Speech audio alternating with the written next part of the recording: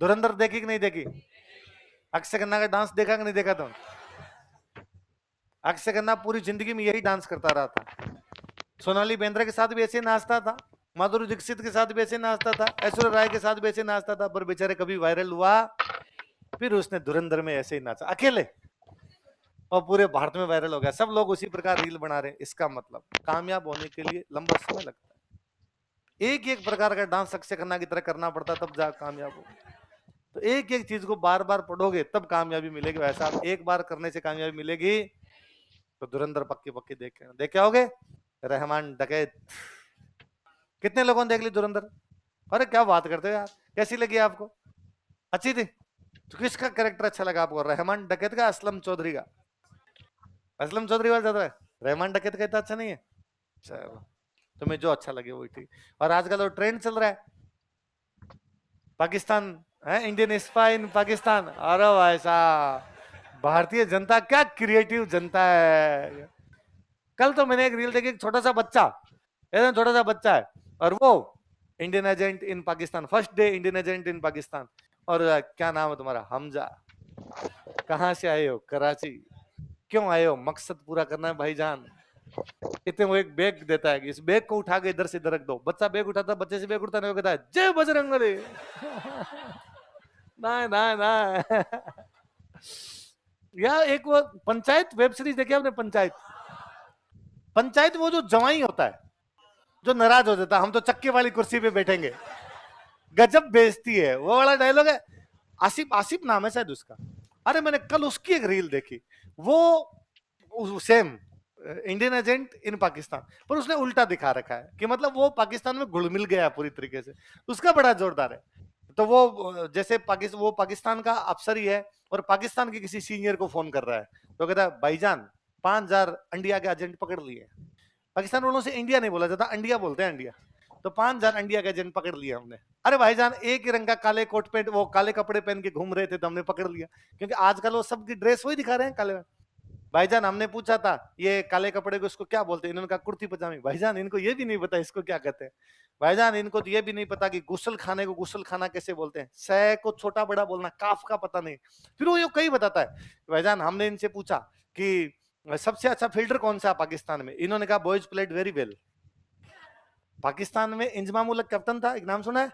तो इंजमाम उल हक का fix dialogue था, इंजमाम उल हक से कुछ भी पूछ लेते, क्रिकेट का कैप्टन था, अब उससे पूछ लेते कि आज पाकिस्तान हार गया, इस पर तुम्हारा क्या कहना है, आज पाकिस्तान जीत गया, इस पर तुम्हारा क्या? उसका फिक्स डायलॉग था, boys played very well, boys played very well, लड़के बहुत अच्छा खेले, इंशाल्लाह अगले मैच में हम पक्का जीतेंगे। तो वह भाईजान इंजी की नकल कर रहा था, गलत सलत अंग्रेजी बोल गया, हमने पकड़ लिया कि इंडिया का एजेंट है। फिर वो कई तरीके बताता है कि वो पूछता है भाईजान एक सवाल का आंसर उन्होंने सही दिया था, हमने उनसे पूछा कि सबसे बड़ा एक्टर कौन है पाकिस्तान में, उन्होंने कहा शहबाज शरीफ, पाकिस्तान का प्रधानमंत्री है शहबाज शरीफ। भाईजान ये वाला एकदम सही था। हमने उनसे पूछा पाकिस्तान के झंडे पे जो स्टार है उसका मतलब क्या है, उन्होंने कहा पाकिस्तान को रेटिंग दे रखी है किसी ने। और उससे बाकी समय जोर जोर से हंसता है, उसमें धीमे से हंसता है। फिर वो लास्ट में सारी बात कहा, हाँ भाईजान पूरा एकदम बॉर्डर पे मामला दुरुस्त है, किसी प्रकार की कोई दिक्कत नहीं है। इतने में वो लास्ट में उसको बोलना होता है भाई अस्सलाम वालेकुम, वंदे मातरम। धनाधन धनाधन, तो पहले ऐसे दिखता है पाकिस्तान का ये, लास्ट सीन में वापस इंडियन एजेंट। तो वो वाला धुरंधर तो पक्की पक्की देखनी है। उस पर ट्रेंड क्या क्या, रील क्या क्या बनती है, तुम भी रील बना सकते हो उस पर, अच्छी अच्छी रील बनाओ उस पर। हाँ, MS धोनी वाली मूवी देखिए, उसमें MS धोनी का एक दोस्त होता है चिंटू। कौन होता है? MS धोनी को एक मैच खेलने के लिए जाना होता है, कहाँ, अगरतला कहाँ पर मैच होता है ना। और उसको अचानक एक दिन पहले पता चलता है कि मैच है। अब क्या करे, तो सब दोस्त दोस्त मिलकर एक जीप किराए पे करते हैं, और कहते हैं यहाँ से दोस्त को छोड़ के आएंगे, है ना, एयरपोर्ट पे छोड़ के आएंगे, वहां से जाएगा, हालांकि वो भी उनके पकड़ में आती नहीं। तो एक दोस्त है कोलकाता छोड़ के आना है, वहां से आगे फ्लाइट मिलेगी, पर कोलकाता भी नहीं पहुंच पाते वो। तो उनका एक दोस्त है चिंटू। अब जीप किराया करने तो रुपए नहीं उनके पास, तो सारे दोस्त रुपए इकट्ठे करते हैं। तो चिंटू कहता है मेरे पास भी रुपए पड़े हैं। तो एक बड़ा अच्छा सीन है, चिंटू अपने घर में घुस रहा है, चिंटू की मम्मी बाहर बैठी है। तो चिंटू की मम्मी से पूछे चिंटू आ रहे हो? चिंटू कुछ नहीं बोलता, चुपचाप अंदर जाता है, रुपए लेता है, बाहर जाता है। उसकी मम्मी पूछते चिंटू जा रहे हो? चिंटू कुछ नहीं बोलता, चुपचाप चला जाता है। MS धोनी वाली मूवी कितने लोगों ने नहीं देखी? मान्यता रद्द तुम्हारी भारत की, आधार कार्ड समाप्त किए जाते हैं। MS धोनी वाली यार, खेल पे कितनी तो मूवी बनी हुई है। MS धोनी वाली, एक चक दे इंडिया, एक मेरी कॉम, मेरी कॉम वाली मूवी है, उसमें प्रियंका चोपड़ा मेरी कॉम लगती है कि मेरी कॉम जैसी है वो। अभी एक मूवी बीच में अजय देवगन की आई थी, मैंने नहीं देखी पर उसकी खूब तारीफें सुनी है, मुझे भी देखनी है। मैदान, मैदान अजय देवगन की फुटबॉल पर, फुटबॉल भी है, फुटबॉल मैदान, मैदान देखना। मिल्खा सिंह, मिल्खा वो तो देखी होगी, पुराना अक्सर मिल्खा सिंह। और गोल्ड वर्ल्ड कप, दंगल, हाँ दंगल, दंगल अच्छी, मैं सुल्तान, सुल्तान नहीं दंगल, दंगल अच्छी है, दंगल देखी जा सकती है। हाँ, मुझे सुल्तान लगा, सुल्तान तो काल्पनिक घटनाओं पर है। और तो कौन सी, और मेरी याद नहीं आ रही है। हाँ? बाहुबली, नहीं बाहुबली देखी जानी चाहिए, अच्छी मूवी है। आप बाहुबली देखोगे तो उसको यदि हिस्टोरिकल पॉइंट ऑफ व्यू से मैं जब देखता हूं तो उसमें दो हथियार दिखते हैं मुझे। एक उसमें हथियार है जिसमें वो पत्थर फेंकते हैं, है ना, और एक उसमें हथियार इसमें लाल देव जो है उसके रथ के आगे एक वो लगा हुआ है जो उससे काटता है। तो आप आगे पढ़ोगे कि अपने बिहार में एक राजा हुआ था अजात शत्रु। कौन राजा हुआ था? मगध का राजा अजात शत्रु, जो वज्जी पर आक्रमण करता है। कहां आक्रमण करता है? बिहार में एक जगह पड़ती है वज्जी, वहां पर आक्रमण करता। तब उसने दो हथियारों का प्रयोग किया था, रथ मुसल और महाशिला कंटक। कौन कौन से? रथ मुसल और महाशिला। महा मतलब बड़ी, शिला मतलब पत्थर, बड़े पत्थरों को फेंकने वाला हथियार है उसमें। रथ मुसल, रथ के आगे मुसल लगा रखा है। तो उसमें अजात शत्रु वाले हथियार यूज में लिए में, हमने तो देखते आ रहे हैं मगर अजात शत्रु के हथियार है। बाहुबली वाला डायरेक्टर है, इसका मतलब हिस्ट्री थोड़ी बहुत तो पड़ी है। बाकी तो जो हिस्ट्री के जी, अब तो यार ठीक। कांतारा अच्छी, कांतारा देखी जानी चाहिए, कांतारा अच्छी मूवी है, लोकल भोमियोसा महाराज के बारे में, है ना। अक्सर बॉलीवुड की भारतीय फिल्मों में भारतीय संस्कृति का अपमान ही किया जाता है, देवी देवताओं को नीचा दिखाना, उनका अपमान करना, ये सब चीजें दिखाई जाती है। ये बड़ा कूल माना जाता है कि देवताओं के खिलाफ कैसे बोल गए। कांतारा दिखाती है साहब भोमियोसा महाराज क्या चीज होते हैं, है ना, उन लोगों का भी सम्मान किया जाना चाहिए। कौन थे वो, क्या थे लोग। कांतारा अच्छी में, केजीएफ तो यूं थोड़ी सी नहीं, इतनी ढंग की नहीं है, ये इतनी तो देखनी है कम से कम। सर आप कल स्टूडेंट्स को ट्रिप पर लेकर गए थे, क्या हमारे बच्चे को, हमारे बेच को भी ले जाया जाए? हमारे बच्चे को, मैं किसके बच्चे को लेके जाना है? वो बेच इंटीग्रेटेड बेच है।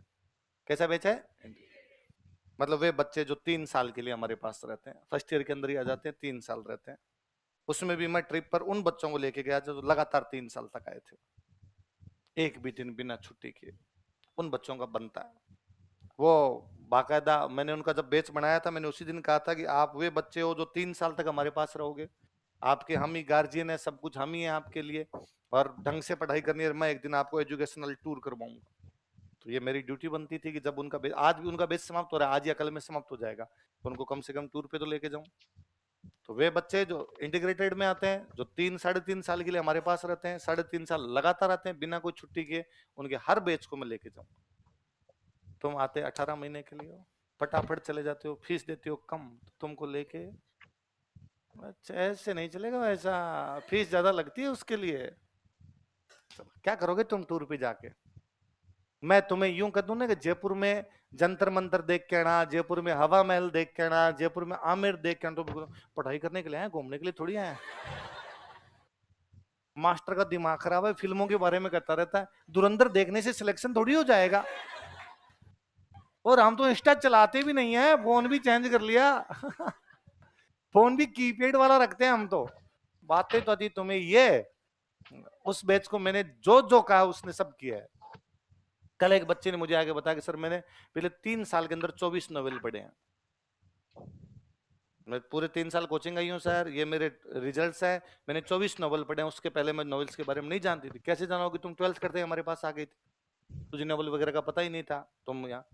उस बैच के कल बच्चे ने कहा सर मैं एक भी दिन एब्सेंट नहीं हुई थी, एक भी दिन, सिंगल डे, बीमारी से हमारी कुछ भी नहीं, मैं पूरे आई थी। और मैंने तो अब भी मेरे पापा को कहा है कि ये हमारा 2 दिन बाद में बैच समाप्त हो जाएगा, पर मैं स्प्रिंग बोर्ड फिर भी जाऊंगी। और अब तक तो मैं दोपहर में 3 बजे जाती थी, शाम को 7 बजे आ जाती थी। अब तो मैं सुबह 8 बजे जाऊंगी, शाम को 8 बजे आऊंगी, टिफिन तैयार कर देना। यहाँ अपने एक आधा को रूम खाली रहता है, उनमें बच्चे आके पढ़ते हैं। उन बच्चों में डेडिकेशन है भाई, इतने इतने साल तक। मैंने उनको जिस दिन उन्होंने मुझे कहा ट्रिप पे लेके चलो, मैंने कहा मैं जयपुर दिखा देता हूँ तुम्हें। उन्होंने सर पूरा देख लिया। आपने हमें क्लास में जो जो बताया, आपने कहा नारगढ़ देख के नाम गए सर, आपने कहा जयगढ़ देख के नाम जयगढ़ गए, आपने कहा जंतर मंत्र देख के नाम, सब नोट्स मुझे याद है। मैंने एक दिन उनको कहा था जंतर मंत्र देख के ना मैं परसों क्लास में नोट्स चेक करूंगा, बच्चे नोट्स बना के लाए थे। उस बैच में अब एक बच्चा एब्सेंट हुआ, दिगंबर सिंह भरतपुर का एक बच्चा था, उसने एक दिन मुझे पूरे राजस्थान की हिस्ट्री पूरी सुनाई थी, जितना जो कुछ पढ़ा है। लो मैं खड़ा होता हूँ, मुझे माइक दीजिए, पूरा बोल के सुनाता हूँ। वो डेडिकेशन वाले बच्चे हैं। मैंने उस बैच के बच्चों को शुरू शुरू में ज्योग्राफी पढ़ाई थी। पढ़ाई मतलब केवल ये कि वर्ल्ड मैप लिया और इसमें देशों के नाम याद करने। तो एक दिन मैंने उनको थोड़े नाम बताए कि ये नॉर्थ अमेरिका है, नॉर्थ अमेरिका में ये देश है, ये देखो ऊपर कनाडा अमेरिका है, फिर ये कनाडा सॉरी कनाडा है, फिर ये अमेरिका है, फिर ये मेक्सिको है, ये नीचे एक लंबी पट्टी बनी हुई है, इसके अंदर ये पनामा है, इसमें ये कोस्टा रिका है, इसमें एक निकारागुआ है, इसमें अल सल्वाडोर है, इसमें ग्वेटेमाला है, इसमें होंडुरास है, इसमें बेलीज है, ये सब देखो देश है ऐसे। और ये देखो इधर छोटे छोटे देश, और इनको ग्रेटर एंटिलीज बोलते हैं, इनको लेसर एंटिलीज बोलते हैं। इसमें क्यूबा है, इसमें हैती है, इसके अंदर कोई आपके जमैका है, इसमें बारबाडोस है, इसमें डोमिनिको गणराज्य है, इसमें गुएना है। अलग अलग देशों के नाम बताए। मैंने कहा आप डेली अपने को सब महाद्वीपों के देश याद करने हैं। थोड़े दिन बाद में उस बैच के अधिकतम बच्चों को 200 या 205 के आसपास जितने भी देश मैप में दिखाई देते हैं सारे याद थे। इवन 2-4 बच्चे तो ऐसे कि सर खाली मैप लगाए थे, हम बताना शुरू करते हैं यहाँ कौन सा देश है, यहाँ कौन सा देश है, यहाँ कौन सा देश है, यहाँ कौन सा देश है। मैंने उस बैच के बच्चों को, जब तक मैंने महीने सवा महीने क्लास ली थी शुरू शुरू में, बाद में मैं वापस लेने के लिए गया, तब मैंने कहा था डेली अखबार पढ़ के आना, तुम सुनाओगे। उस बैच के खूब सारे बच्चे डेली अखबार पढ़ के आते और डेली आके हमें खबरें बताते। कल 5 सीए पॉजिटिव खबर आई थी, नेगेटिव खबर आई थी। कहा मैंने भी आपको था अखबार पढ़ना, कितने लोगों ने पढ़ा होगा आपका राम जी जानता है।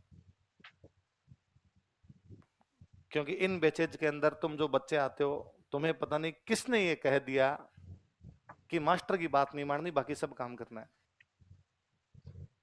कोई आके तुम्हें बाहर का कोई आके ये मतलब मैंने 57 की क्रांति में कुछ भी लिखा दूं, फिर भी एक कोई आदमी आके कहेगा कि राम सिंह सेकंड को जब गिरफ्तार किया था तब उसने तकिया लगाया था कि नहीं लगाया था, ये तुम्हारे मास्टर ने लिखा है कि नहीं लिखा है। आप दूसरे दिन को तो सब तकिए के बारे में नहीं बताया, या कोई ऐसे अटपटे सवाल से तुम्हारा कॉन्फिडेंस डाउन करके चला जाता है। वो बड़े बहादुर बच्चे हैं। मैं अभी भी कहता हूं जो जो 12th क्लास के बच्चे हैं उन सबको इंटीग्रेटेड बैच में एडमिशन लेना चाहिए।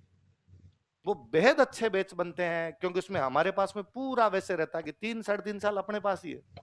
वो ढंग से इनको हर चीज समझानी है, हर चीज बतानी है, हर चीज करनी है इनके साथ में, वहां पर किए जा सकते हैं चीजें।